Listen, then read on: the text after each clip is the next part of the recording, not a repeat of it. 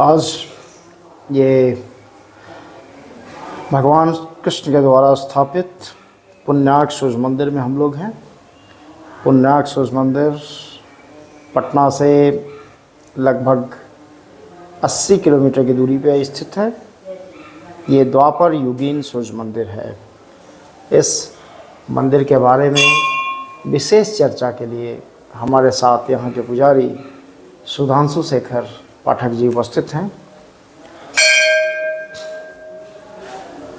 आइए जानते हैं सुधांशु शेखर पाठक जी से क्या इस मंदिर की ऐतिहासिक कहानियाँ हैं, कैसे मंदिर बना था और क्या क्या इसके साक्ष्य हैं, ये सभी कुछ बताएंगे सुधांशु शेखर पाठक जी। स्वागत है सुधांशु जी दिव्य रश्मि चैनल पे। नमस्कार जी। मंदिर के बारे में बताएं, क्या है इस मंदिर की? अभी क्या तक हमने जितने सूर्य मंदिर को देखा है वहाँ केवल और केवल सूर्य की प्रतिमा नजर आती है। यह पुण्यार्क सूर्य मंदिर जो है भगवान श्री कृष्ण के लड़का सांब के द्वारा स्थापित है।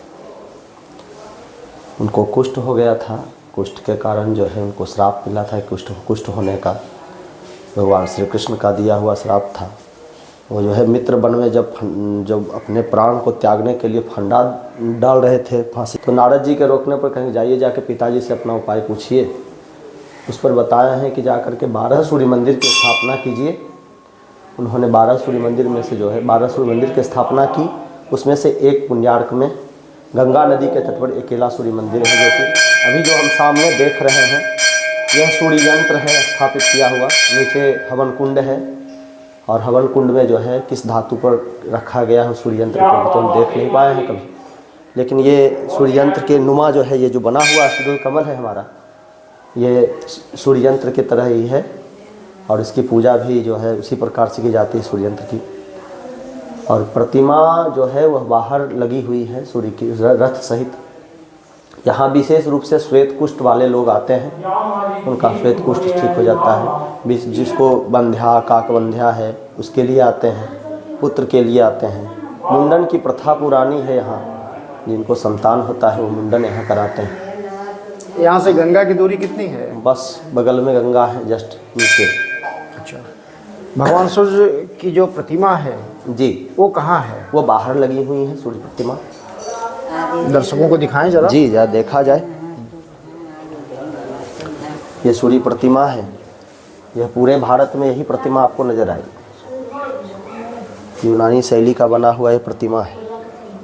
यूनान के लोग, क्योंकि हमारे यहाँ जितने देवी देवता हैं उनके पैर में या तो खराम है या फिर वो खाली पैर खड़े हैं, लेकिन यहाँ जो है वह बूट पहने हुए हैं।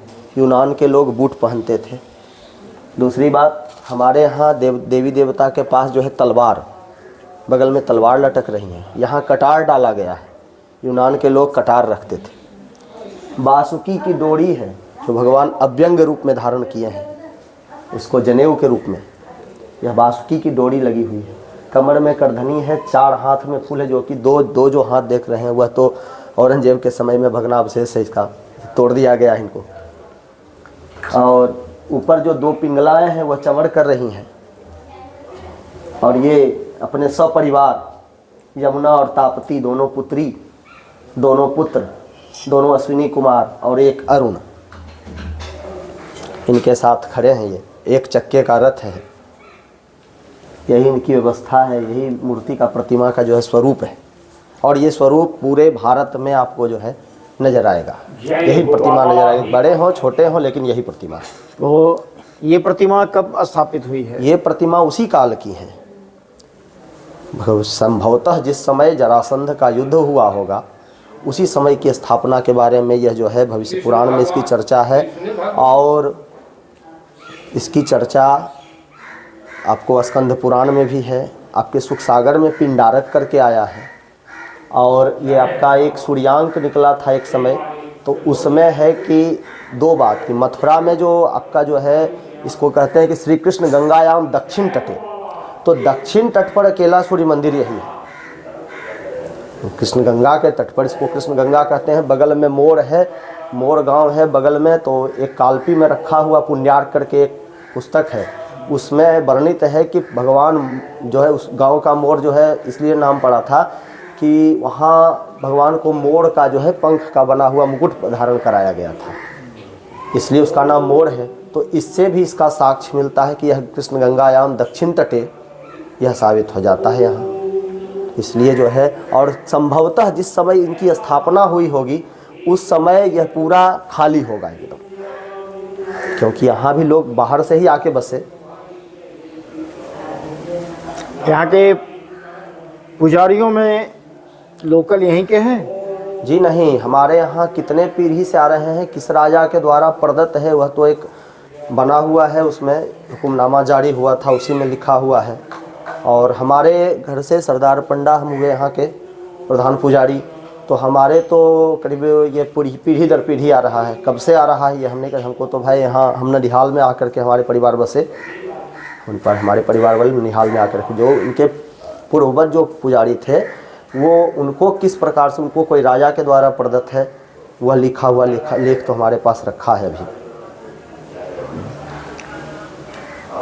और आपके हिसाब से जो जी। रिकॉर्ड है जी, उसके हिसाब से कितना पीढ़ी पहले या कितना 100 साल हमारे यहाँ जो हमारे पास जो डॉक्यूमेंट्स है वह 1956 का लिखा हुआ है हमारे पास में। हमारे पास में 1956 में हमारे नाना जी, ये दादाजी के नाना जी उनको बख्शीश किए हैं, तो उस बख्शीश के आधार पर उसमें साफ दर्शाया गया है। उससे पहले का आप लोग के पास कोई उसके रिकॉर्ड पहले का एक है हुक्मनामा जारी है ना राजा के द्वारा, और उस वो जो है सो किस लिपि में है उसको कभी पढ़वाए नहीं। हुक्मनामा अलग चीज है, ऐसे